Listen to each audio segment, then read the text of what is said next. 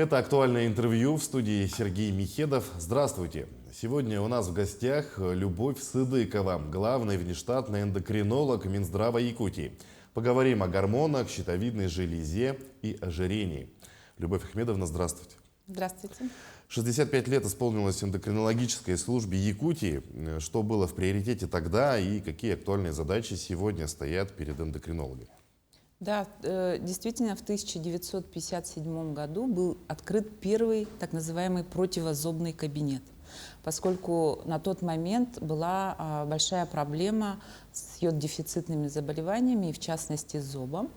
И вот с одного кабинета у нас сейчас разрослась эндокринологическая служба, и вы понимаете, что сейчас уже в каждом, в общем-то, медучреждении есть эндокринолог, у нас есть специализированное отделение, есть специализированный эндокринологический диспансер в Якутской республиканской клинической больнице.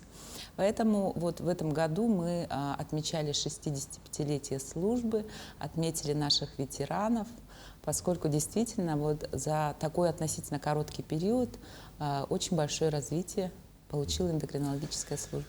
Вообще Якутия считается йододефицитным регионом, а отсюда и распространенное широко заболевание щитовидной железы. Насколько эта проблема острая сейчас, как она решается, ну и как правильно восполнять дефицит йода в организме? Да, действительно очень актуальный вопрос.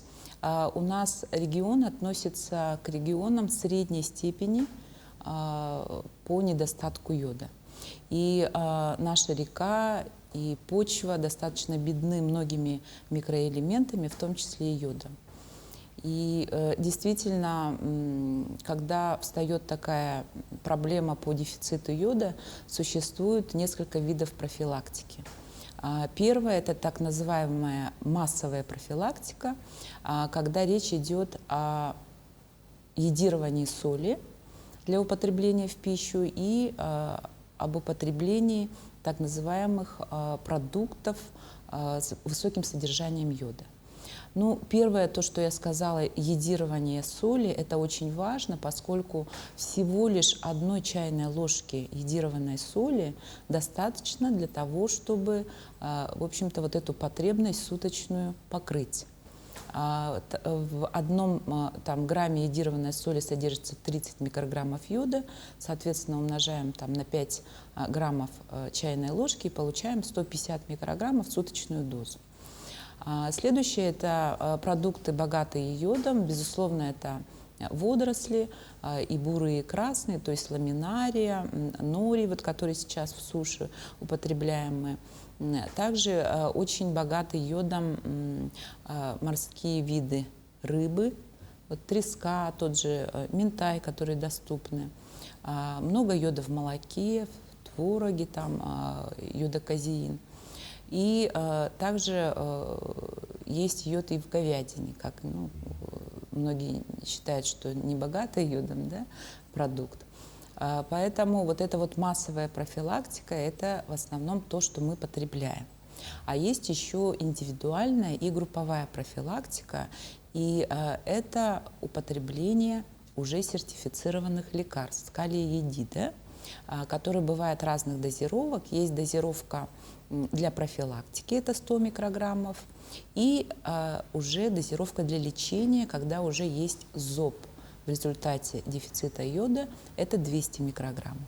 И вот эти вот декретированные или более такие важные для профилактики группы, это чаще всего детский возраст и особенно беременные и кормящие женщины, поскольку йод очень важен для организма, особенно вот беременных женщин.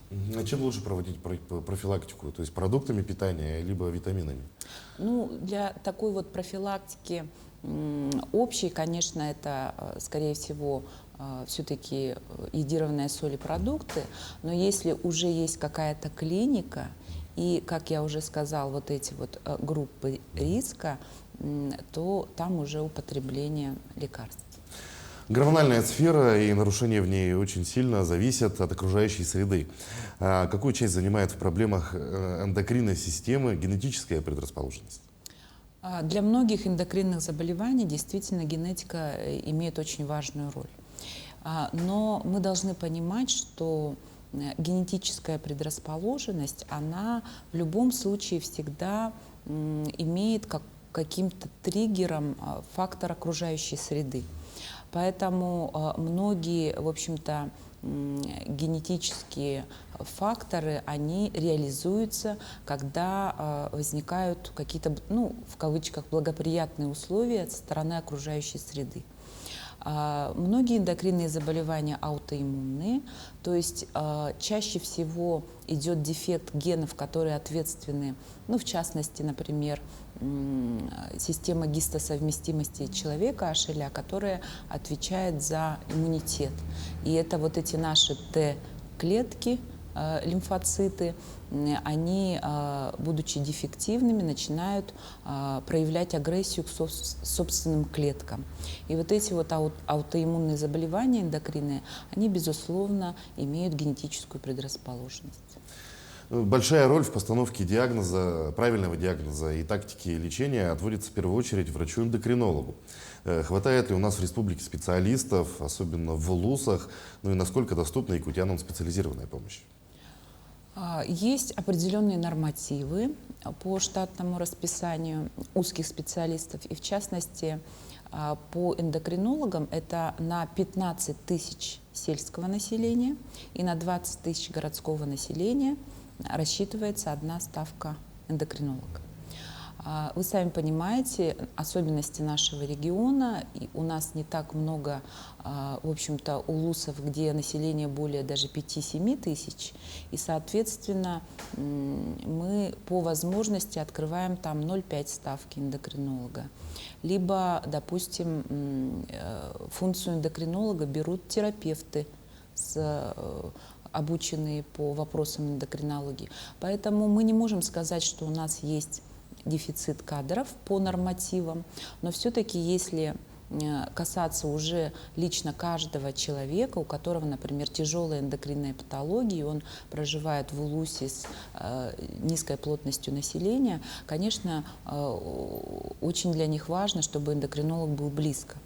Поэтому мы решаем вопрос следующим образом. Это выездные бригады, в которых есть эндокринологи, и это возможность получения специализированного лечения для тех пациентов, особенно которые проживают в УЛУСах, где нет специалиста-эндокринолога.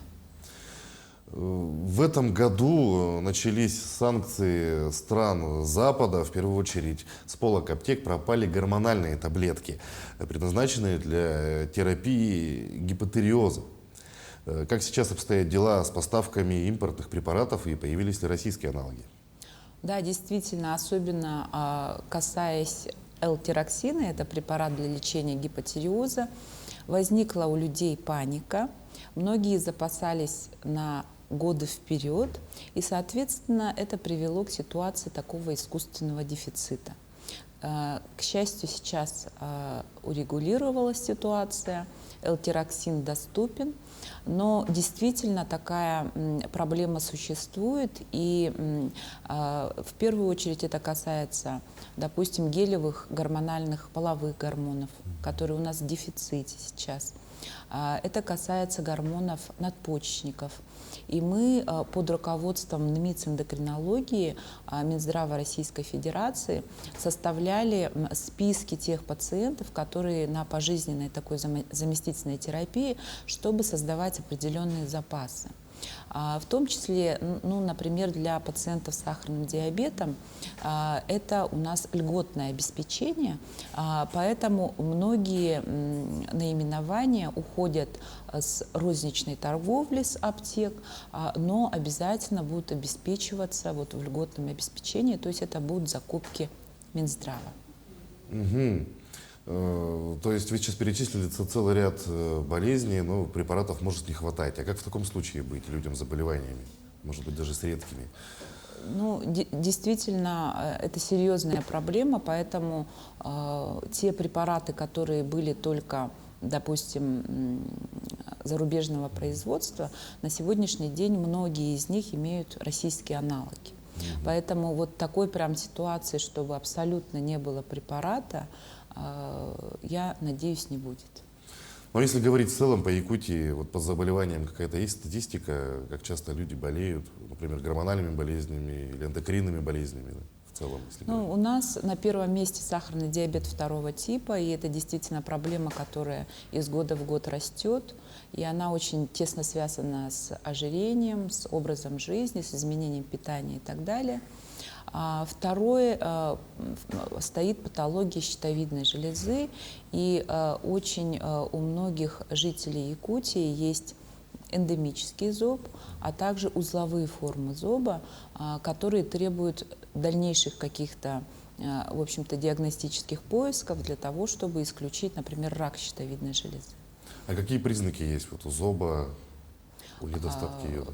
Ну, в первую очередь, в общем-то, щитовидная железа, ее функция зависит от как раз-таки йода, поскольку из йода продуцируются гормоны щитовидной железы, которые отвечают за рост, за деятельность мозга, за деятельность мышц, за кости, за кроветворение, за, значит, обмен тепла и так далее. То есть очень много важных функций зависят от функции щитовидной железы, а в свою очередь щитовидная железа зависит от йода.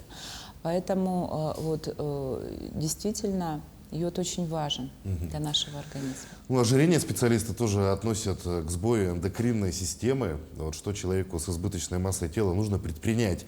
Можно ли самостоятельно справиться с проблемой или обязательно обращаться к врачу и лучше к эндокринологу и сдать анализы? Ожирение существует разных видов, то есть есть классификация также ожирений. И если речь идет об ожирении как о проявлении эндокринного заболевания, это, конечно, очень серьезно, и здесь может помочь только врач-эндокринолог, чтобы определить причину, устранить ее и так далее. Если речь идет об элементарном, конституционально-алиментарное ожирение называется. То есть зависит от наших привычек, от нашего питания, двигательной активности и так далее. В таком случае, конечно, если это не крайняя степень ожирения, это уже, в общем-то, наверное, задача самого человека, чтобы с этим справляться. Сейчас очень много информации для того, чтобы как-то рационально питаться, активизироваться и так далее.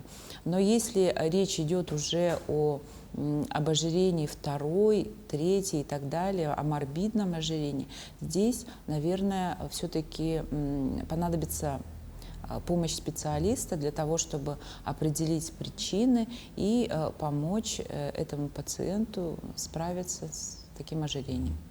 У нас остается совсем немного времени. Что бы вы посоветовали для сохранения здоровья эндокринной системы наших телезрителей?